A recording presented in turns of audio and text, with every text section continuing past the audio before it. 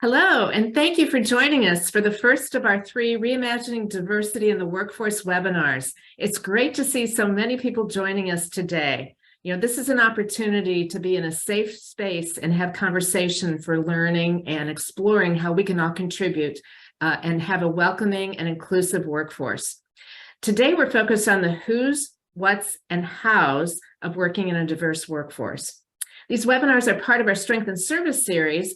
We're designed to help our member organizations really be able to stay in the know on new and innovative practices and resources. Special thank you to the ELCA for supporting this webinar, and be sure to check out the full series on our website, which will be in the chat box. Now it's my pleasure to introduce Ray Radke, President and CEO of Encircle. Ray's organization is on its own journey to reimagine diversity, and through his work, we were introduced to today's speaker, Tommie Lewis. Ray, turning it over to you. Great, thanks, Charlotte. And good to see so many people out there. Like Charlotte said, I'm Ray Radke. I'm the CEO of Encircle. And we've been working as an organization and for a few of us personally with Tommie and with Make It Plain Consulting for about 2 years.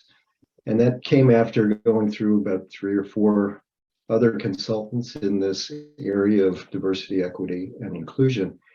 And there's a lot that I can say about that, about our experience, and a lot I can say about kind of how we have benefited as an organization. But I really just want to introduce Tommie and let y'all know that, Tommie has come into our organization as a consultant, but he's not that kind of person that just kind of comes in and leaves, and he comes in as a full engaged human being who is committed to our mission in the same way we are, and has changed us, changed the organization for the better. I feel like as a result of the work that Tommie has done with us, with me personally, he works with me as a coach and with a couple other folks within our organization. I feel like as a result of that work, I am a better person. So with that, and that's my message about introducing Tommie today, is that this work is personal for him. It is, and he's really good at it. So it's my pleasure to introduce Tommie Lewis from Make It Plain Consulting. Make It Plain Consulting. Thanks, Tommie. Thank you, Ray. And thank you, everyone that's taken time out of your busy schedule, busy days, workload, and other responsibilities to spend some time with us today. We're going to take this journey into reimagining what diversity looks like, not only for yourself in our personal journeys, but also collectively as teams and organizations. I do have a few slides, obviously, as we are going to explore some of the concepts, nuances, maybe some new learning through this space of diversity, equity, inclusion, and belonging. I'm going to invite you to participate in our poll surveys that we'll be offering up in just a moment at the beginning and at the end of our webinar today. And then I would also like to encourage you and invite you, when we have the opportunity to move into our breakout sessions, to get involved, share your truths, your reality. In other words, to share your story. And that's what this journey is about. It's about our individual and collective stories of how we're able to service ourselves and each other. It is an honor to be with you all today and to kick off this series in diversity, equity, inclusion, and belonging. So again, thank you all so very much. And so I would like to start with sharing my slides here. Okay. All right, sorry for that technical difficulty there. And so if we take a look, I'm going to back up in the slides here, reimagining diversity in the workplace. Our workforce and our workplace has changed and evolved over the years. Many of you know more than I do that we have some challenges, labor shortages. We have a growing and diversifying workplace and workforce. We have different ambitions, expectations, and demands on our workplace. At the same time, we're having to still meet our mission and vision and how we provide service to our residents, clients, customers, parents, families, and the communities to which we serve. And so as we begin this journey, we would like to land on the who, what, and hows of working in a diverse workplace. I would like to invite us at this moment as we queue up the first survey. As we queue up the first survey, I think it's going to be in the chat room. We're going to invite you again to take a look. All right, it's right on our screen.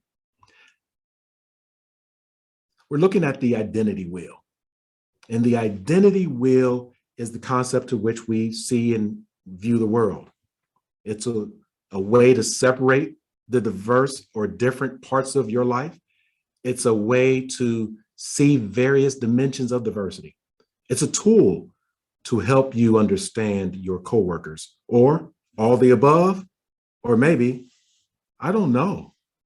What is this diversity wheel? If you would, put your answer in and then hit submit.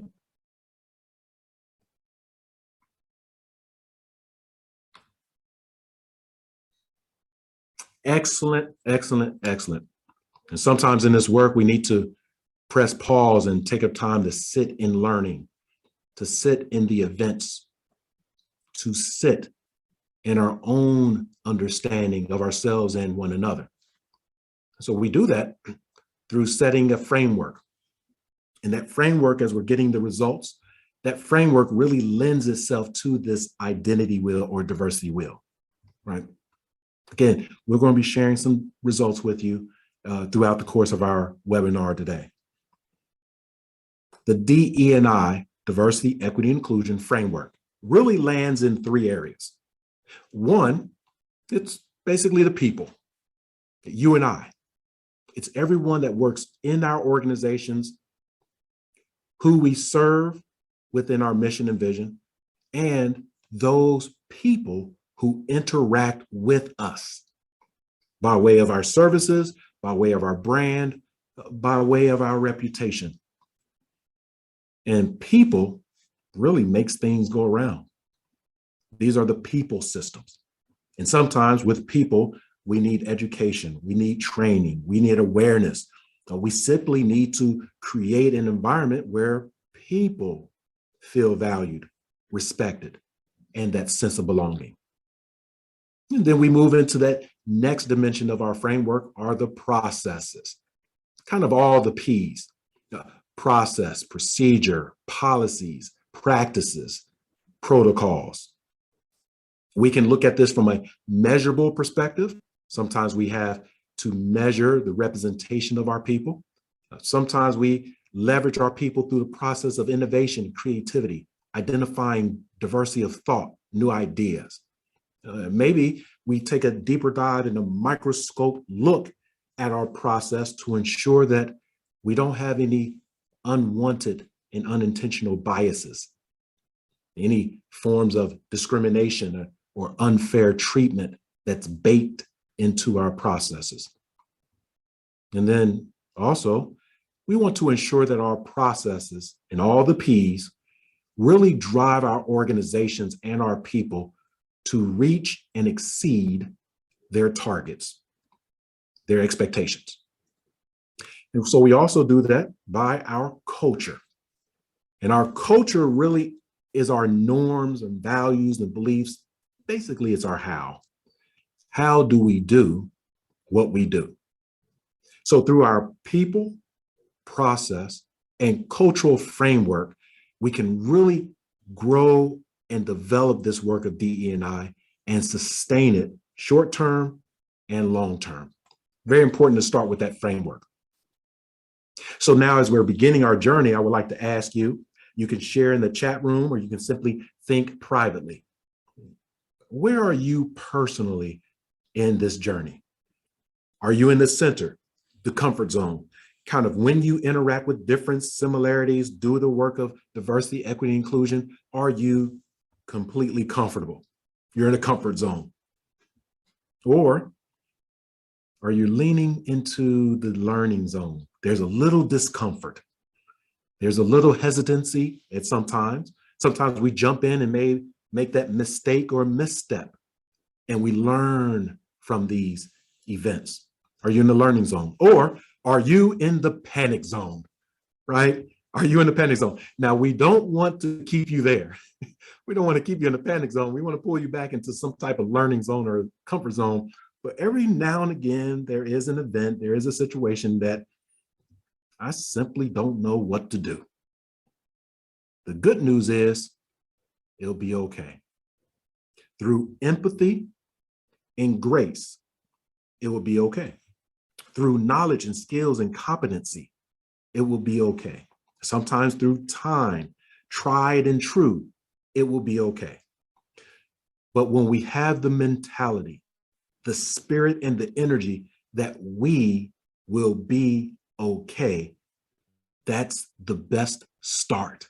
Not the deficit model, not remaining in the panic zone, but really exploring opportunities more than focusing on the challenges. Here's DE&I defined. Many of you have seen this in one way, shape, or form. Diversity basically is the uniqueness of people, people perspectives, backgrounds, experiences, and all the other characteristics that identify people. Equity, which is different than equality. Equity is treating people and processes and cultures uniquely in the way that they want to be treated, in fair treatment, a fair and equitable access to opportunity. And that could be employment, that can be advancement, that can be in just basically treatment. And we do this through our policies and practices, and sometimes within our influence based on our position. Inclusion is really magnifying the power and the voice of our organizational culture. It is engaging people, creating that sense of belonging, that sense of value, that sense of respect, such that they, whoever they are, feel and experience inclusion, engagement, maybe even pushing the envelope of innovation and creativity. And then lastly, justice, equal rights. We like to think that everyone has these equal rights, and that's great on the website, that's great on the boilerplate or on the tagline, but justice is an action. It's not just saying, it's doing these equitable opportunities. Let's take a trip down the identity wheel or the diversity wheel. In front of you on your screen, you have this diagram. In the center of the diagram is you, your identity. And no matter where you go, that's where you are. And then we move into the primary dimension of the diversity wheel: national origin, sexual orientation, gender, age, gender identity, class, mental or physical ability.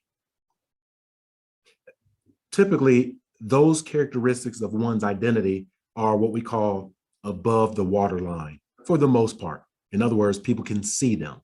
Not all the time, but sometimes we can. As we move into the secondary dimension of the diversity wheel, we're looking at military experience, cognitive style, language or accent, religion, communication style, spiritual beliefs, political views, parental or family status, language or accent, education. Once again, the secondary dimensions are sometimes we can see this characteristics of a person's identity, sometimes we can't.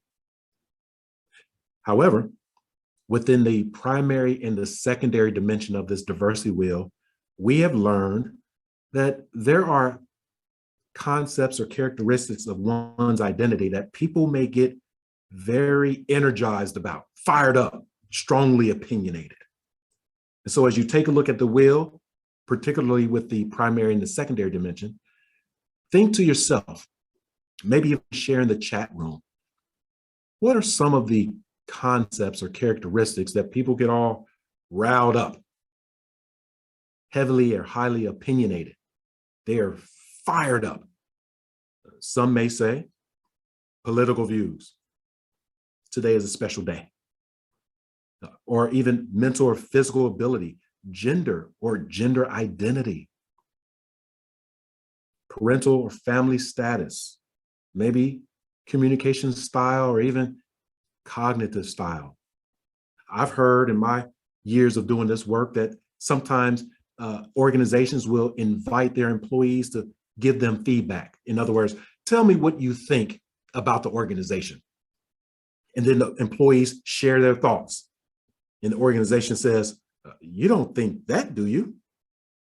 Well, that's not us. But you asked for my thoughts, which may be different, i.e. diverse. Organizationally, management status, union affiliation, the industry that you're in, your work experience, your tenure, your network. From a cultural perspective, are you more competitive or cooperative? What is your conflict resolution preferences? In other words, when there is a conflict, there's a challenge. Are you direct, possibly aggressive? Are you indirect, maybe passive? Or are you passive aggressive? You know who you are, the passive aggressive folks. You're carbon copying folks that weren't even involved in the event, right? Just emailing the whole world. It must be me, because I let everybody know. I don't like what just happened to me. And that's okay. Traditions or observations, are you more of an individual or team player? What's your view of power and authority? Do you understand what your body language is saying? And can you accurately interpret the body language of others? This is the diversity wheel. Now, if you have a writing utensil and piece of paper, I'd like to invite you to do this quick exercise. There's not a right or wrong. We're not going to shame you, blame you, or victimize you. That's not what we do in diversity, equity, inclusion. We never shame, we never blame, and we never victimize people as they are going along their journey. So I would like to invite you, as you take a look at the primary and the secondary dimension of the wheel, what areas are you most comfortable with? Take a moment to jot them down, maybe 3 or 4, maybe 5. For example, you may be comfortable with your age or your communication style, your working style, or maybe your religion or spiritual beliefs, your race or ethnicity. Just write a few down. Don't overthink it. Don't over-engineer it. Now, I would like to challenge us all. As you're taking a look at the diversity wheel, also known as the identity wheel, looking at the primary and the secondary dimensions only, what characteristics of your identity are you least comfortable with? Either with your own identity or interacting with a person or a group of people that have this particular identity. For example, if you're uncomfortable interacting with a person of a particular ethnic group, write that down. Or someone with a particular appearance or working style, someone that may be from the LGBTQIA plus community or spiritual beliefs or religion. This is the moment for self-reflection. You know what you're comfortable with, and now you're identifying what you're not as comfortable with, moving into learning zone, maybe even the panic zone. This resonates as individuals, teams, and organizations. As an individual, team, and organization, we may be comfortable or uncomfortable with certain things. As an organization, it may be change. And we all know the last 3 or 4 years, we've experienced a lot of change. In fact, one of the changes that we're still grappling with is this labor shortage. Where is all the talent? Are they in the comfort zone. They fallen into some sphere of safety or comfort and not looking for opportunities, which creates sometimes a panic with us? Or are we looking in the right places?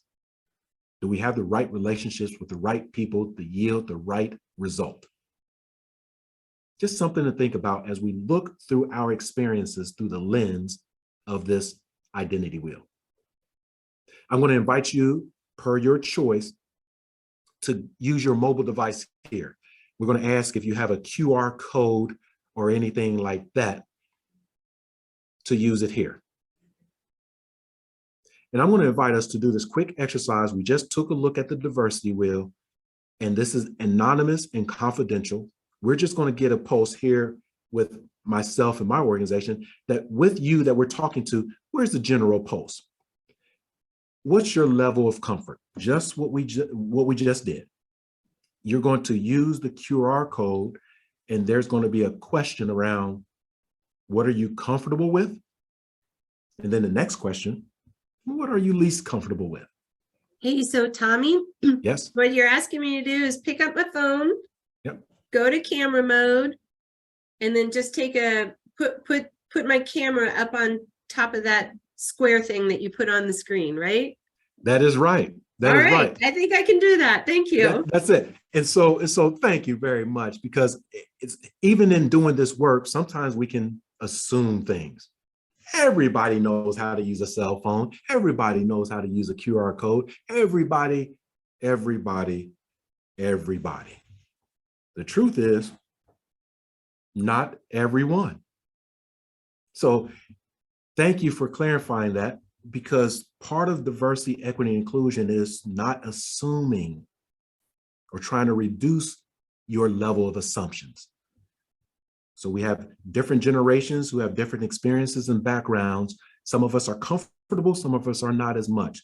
But simply articulating this activity is clarifying.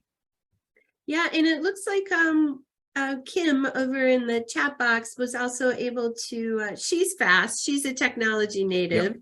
Yep. She pulled it up and actually got the website. So now you have two options. You can either do what I was trying to do, use my phone on the QR code, or you can follow the link in the chat. So thank you, Kim. Yeah, see, that's why I like working with folks like this, right? I love it. I love it. It's called resourcefulness, right? Not shaming, blaming, or victimizing. It's calling, let me lend a hand. I know these type of people like you, like me, that want to lend a hand, right? So let me move on as you continue to share your thoughts. Thank you for participating, and thank you for lending a hand. Before we move into a breakout group for us to have a conversation, I would like to invite us to an instrument, a tool that is a validated assessment that has been used across the globe, and it gives us a good metric or good benchmark to really understand where we are as individuals or as organizations with regards to our competency in intercultural development. It's called the Intercultural Development Inventory. It's cross-culturally validated assessment of intercultural competence. It's a 50-item online questionnaire. It's translated into 17 languages. And it is intentionally, it does not have any cultural bias. It is a psychometric assessment, right? Meaning it's not transparent, quote unquote. In other words, there are assessment takers that try to trick or manipulate the assessment. It's a fantastic tool. It's pretty difficult to manipulate the results. We're going to go through a couple of slides and then turn it over to you to have a discussion. It talks about diversity, which is the who. It's the mix of individuals and differences. We focus on the impact of differences and also commonalities, and then we measure through our demographic analysis. It's the who, the people, the representation based on the different dimensions of diversity that they bring into the workforce. The who. Inclusion is the what. It's the mix. It's literally how we make people feel and what their experiences are when they're in the organization. We focus on the experience. We measure by outcomes. right? We have benchmarks, key indicators, we have goals, we have objectives. Are we meeting, if not exceeding these? And then from an intercultural competence perspective, this is the how. It's how do we make the mix work? We focus on capacity, not only our individual capacity, what we can do, but also our team and our organization's capacity. I would like to submit to you that with diversity, inclusion of thought, of people, of ideas, we can really work, if we work hard, we could work on expanding our capacity more than we thought.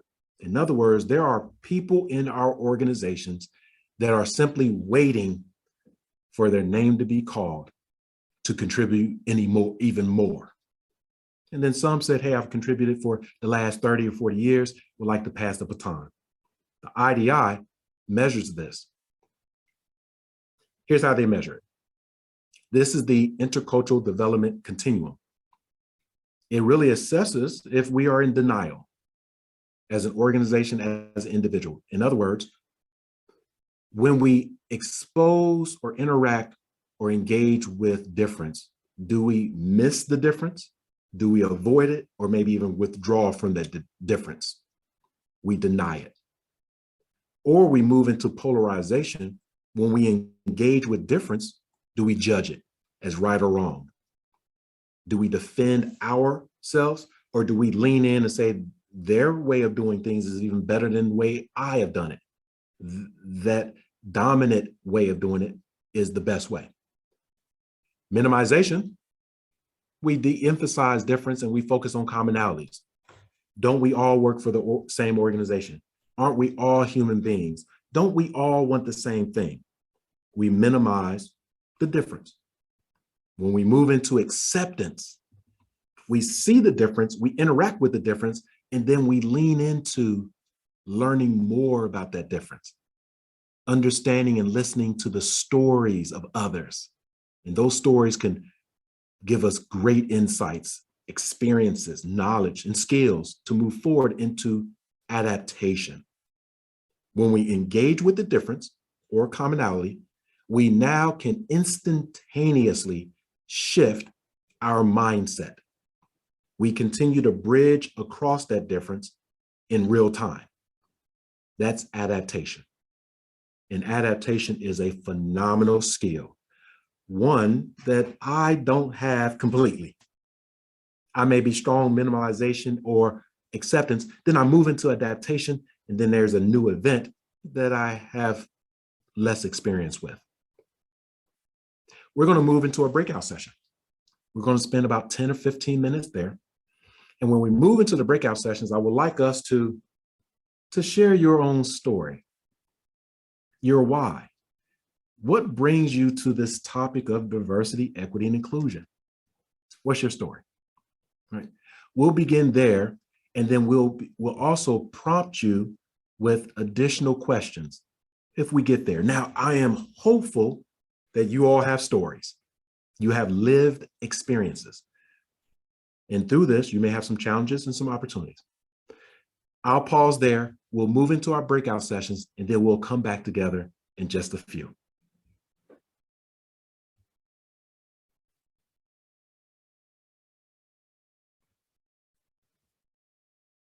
Welcome back. I think that we're coming back into the main room. I know that's only a short period of time to share a lot of your stories, challenges, maybe even opportunities. But what I like to say is, for you, I think your story matters. I think it says something. We all have different experiences. We have different needs, different aspirations, expectations, inspirations. To have this dialogue is part of the DE&I journey. It's around relationship building and relationship management. I know in our next few DE&I webinars, we'll be talking about specific topics, and one of them is around the relationship and how do we recruit and hire and retain talent from everywhere we're looking. and not looking. I want to thank you for joining us and taking a deep dive into the conversation and exploring this thing called diversity, equity, and inclusion. Sometimes it's a heavy lift, sometimes it's an easy lift. But there is a plan, a process. In fact, the Harvard Business Review has shared this. They share that this is a process toward inclusive excellence, diversity, equity, inclusion, and belonging. One is P for the acronym PRESS. P is problem awareness. Understand the condition. Do I understand what the problem is and where it comes from? So we have to really understand the problem, know that there's a problem potentially. And then R is have a root cause analysis. That's the why. Why are we here? What's driving our why? What's our motivation? At the same time, we lean into E, empathy. That's our concern. We have to ask ourselves, do I care enough about this problem and the people it hurts or harms?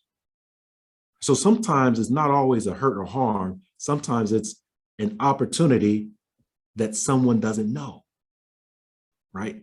An opportunity that someone doesn't know. That we say that leadership is the ability to see an opportunity before it presents itself, identifying the correct path towards success and surrounding ourselves, our staff, our employees, with the right people to follow us to the end.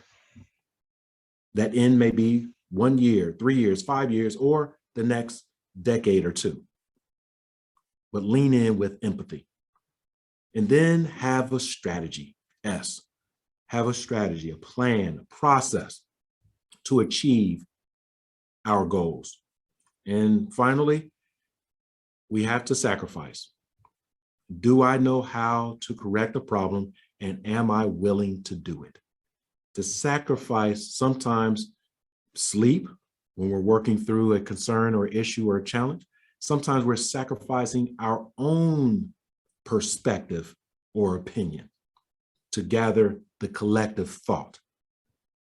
Sometimes we're sacrificing our own comfort level so that we are intentionally moving into that level of learning or that learning zone, or maybe even panic zone. So that's a process that we can use, the PRESS model that we can use in going forward.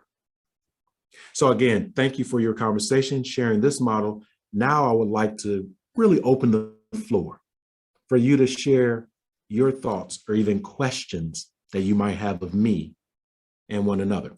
If you would, you can share this in the chat room. I will ask for a little bit of assistance with sharing a few of the questions, and I'll field the questions as I receive them.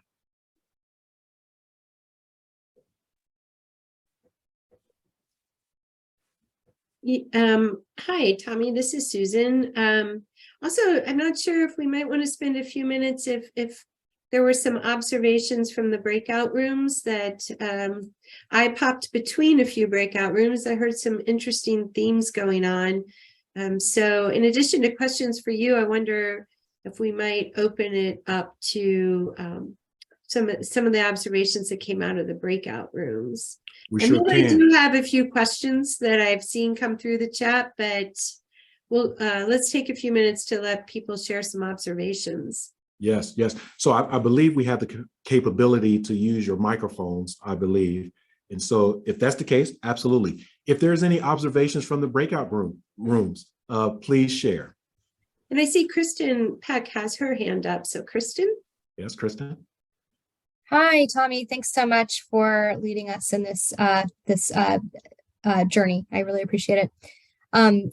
My group's stories, they were all unique, but some common themes were how to sustain our DEI efforts and our focus on advancing those goals throughout different changes. So, for example, one group talked about during the pandemic, there was some traction before the pandemic, and the pandemic happened, and things paused. And how do you get back going? I shared our organization responded to a humanitarian crisis, and before the crisis, things are moving, and then everything stopped while we were responding to the crisis, and we're having trouble getting traction again. And then, so that was one of the challenges we discussed. And then the other was, when you're an organization that has multiple offices and all have very distinct and different office cultures, how do you establish standards and expectations for organizational culture and for DEI across all offices when there is such diversity in office culture? So those were some of the themes that came up in our group. Kristen, thank you, and your group for jumping right in and doing the heavy lifting. If I can take a stab at two of the thoughts that came out of your group. Number one, how to sustain this work, this DE&I work. I would like to invite us to know this, that the work of diversity, equity, and inclusion is cyclical. There's always ebbs and flows. There's high energy, high attention, high effort.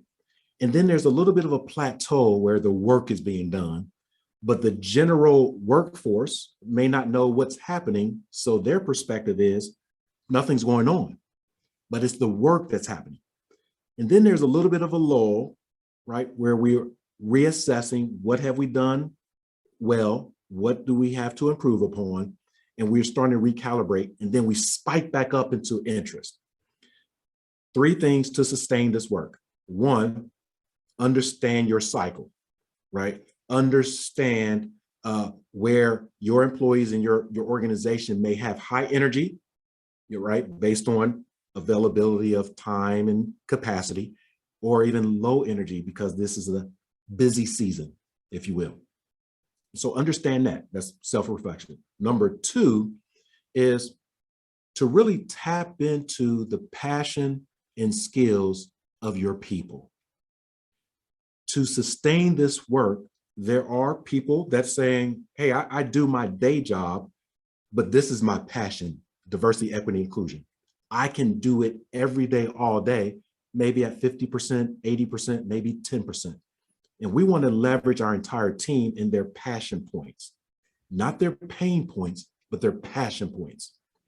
And then three is to realize that those three buckets of people, process, and culture. In other words, what are the unique skills and competencies of our people? We may have DE&I skills. So what are some of the processes that will help us sustain this work? A process like a council or a committee that can help us. And then also culturally, we have the collective culture of the organization, and then we have sometimes the smaller cultures. And so we have to really meet our people where they are.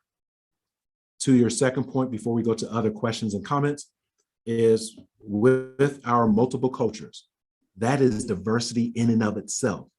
So our particular sites and locations have their unique needs. We want to lean in with the platinum rule. The golden rule, treat others as you would like to be treated. The platinum rule, treat others as they would like to be treated. In other words, we want to treat every individual location unique to their issues, concerns, or needs. And that's when we're listening more than we're speaking. So I hope that's helpful. Fantastic question. We have other questions. We do. We have two folks lined up. First, Jose, and then Stephen. So Jose had a question in the chat, but are you comfortable getting off mute and asking your question, Jose? Sure. So I just wanted to get your thoughts on the difference between competency versus humility when it comes to DEI work. I used to teach cultural humility to college students, and it was a practice that folks use in the medical field. So I just wanted to see what your thoughts were when it comes to that in these spaces, in this kind of work. Yeah, Jose, you're spot on. In the medical field for years, cultural humility has been the practice to providing optimal service to their patients, families, and communities. In other words, cultural humility is knowing what you know about yourself, your own culture, your own whys, but being humble to lean in to be more accepting and adaptable to other cultures. Cultural humility. Cultural competence is literally having academic knowledge around a particular culture, such that in the moment, in the event, we can apply that knowledge. I believe that cultural humility is more important than cultural competence. Cultural humility, in my mind, it allows us to continuously learn. Whereas sometimes when we are competent, we have a skill or ability or set of knowledge that we can find ourselves believing, oh, I know everything, right? Wait for it, right? When you think you know everything, just wait. Something new is going to come. Cultural humility will allow us to be prepared for that moment and be able to shift. Jose, spot on. Thanks, Stephen. And then we also have Joe from the chat. Hi. My organization, we sort of were wondering on a question. I had a question based on something that we observed in the presentation. Was one, there was a slide that I forget what it said, but it said minimizing differences and how that sort of process in a journey, it may not be the end goal. And how do we reconcile sort of wanting, desire to create unity? You know, there's been a narrative that the country is becoming more polarized, that folks are focusing a lot on their differences.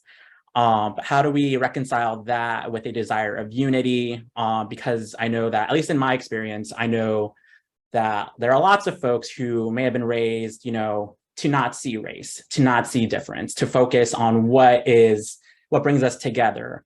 But may ignore how that could be potentially harmful and damaging, or have policies that are allegedly, you know, colorblind, but still the results, you know, systems produce not equal results. And you also mentioned and made sure to make a point to say equity and not equality, and how that reconciles. Well, don't you want to treat people equally? So I think these are questions that we had as an organization. I'm sure other folks may have as well on this call. Yeah, Stephen, again, another excellent question. So when we look at the IDI, particularly with minimization, the concept again is when we're engaging with difference or commonalities, that we emphasize the commonalities. And so what that does is that allows us to have an entry point into the conversation, dialogue, or relationship, that commonality. Most times, organizations, individuals, we want to find what do we have in common. We don't want to always talk about or engage in difference and conflict. So minimalization can absolutely be a fantastic entry point into the sensitive and sometimes difficult conversations of diversity, equity, inclusion, and belonging. Once we move through minimalization, then it is our hope from a cultural humility, maybe a competency level, that we then move into acceptance. And that is to identify the uniqueness that each person or each group or team has. So although we are minimizing to engage in a dialogue, what is your particular need, want, desire, ambition? And we can customize, in some cases, policies, procedures, etc., that will envelope everyone and caring for everyone at the same time. That is reducing bias, discrimination, and other unfair treatment through our policies, practices, protocols, and procedures. And so that's what the IDI will do as a tool, and that's around minimization. Yeah. And I wonder if that might be a good segue then into Joe's question. You know, particularly he's focusing on how do you suggest opening up discussion with people who are in denial or just very polarizing overall. I think you're addressing that a little bit as well. Absolutely. There should be, and hopefully with some effort, some commonality. So in engaging with that person in denial or polarization, I would do three things. One, to be culturally humble and listen if you can. Don't find yourself being as in denial and polarized as they are, or you perceive them to be, right? So although their view or their perspective may be different, be open and humble to maybe learn more. As we're learning and listening, identify common ground, right? What can we land on that we both agree with? And then maybe agree to approach this topic, this issue from different perspectives, different backgrounds and experiences. With that, the third part is you have to understand your own energy as a person or a organization. What do I mean by that? That there's a proverb from many, many moons ago. It goes like this: a person convinced against their will is of the same opinion still. So what that means is sometimes we may be trying to convince someone to move from denial or polarization and come into our side of the fence, but they're convinced against their will. So they may smile, they may even laugh or shake your hand or give you a hug, and they still don't agree with you.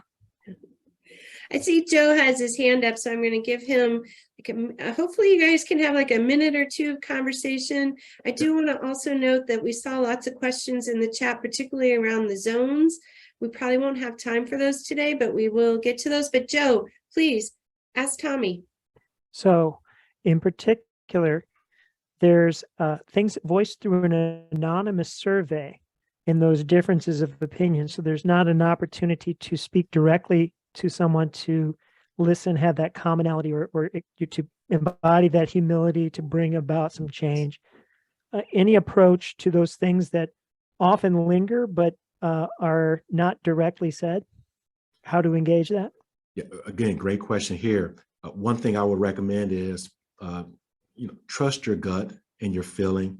In other words, when there's discomfort of how to broker that relationship, that conversation, go with the approach of goodwill first, good intention, right? That's your icebreaker, if you will. And then also know that people are in different phases along the journey. Some people are ready to jump in the conversation.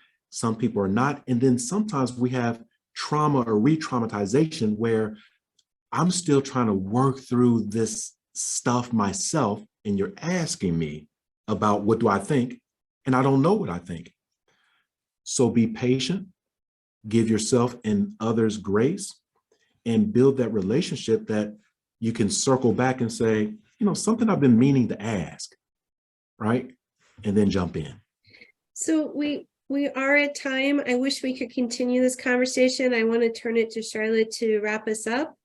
There is going to be, we're going to put up a quick poll while Charlotte's talking, and then as you exit the Zoom, there's a survey overall we'd really appreciate if you would fill out. So thank you to everybody for participating today and for the candid conversation. And a special thank you to Tommie Lewis for walking us through this. Thank you, Tommie. We are looking forward as well to the next webinar on December 6th at 2 p.m. Eastern Time. And I think the registration link should be in the chat, and we hope to see everybody here again. If you haven't already, please register for CEO Summit this January. We will be outside of Phoenix. Would love to see you. It's our first time in person in 3 years, so we're very excited. And a great opportunity to reunite with your peers and gather with people to gather insights and colleagues. So again, please complete the poll here, and thank you again for you, Tommie, and everybody's participation today. We will be sending around, Susan will send around the recording as well as the slides in a further email. We're going to end the poll. As you exit the Zoom, please make sure that you fill out the survey at the end, and we'll see you on December 6th. Thanks, everyone. Thank you.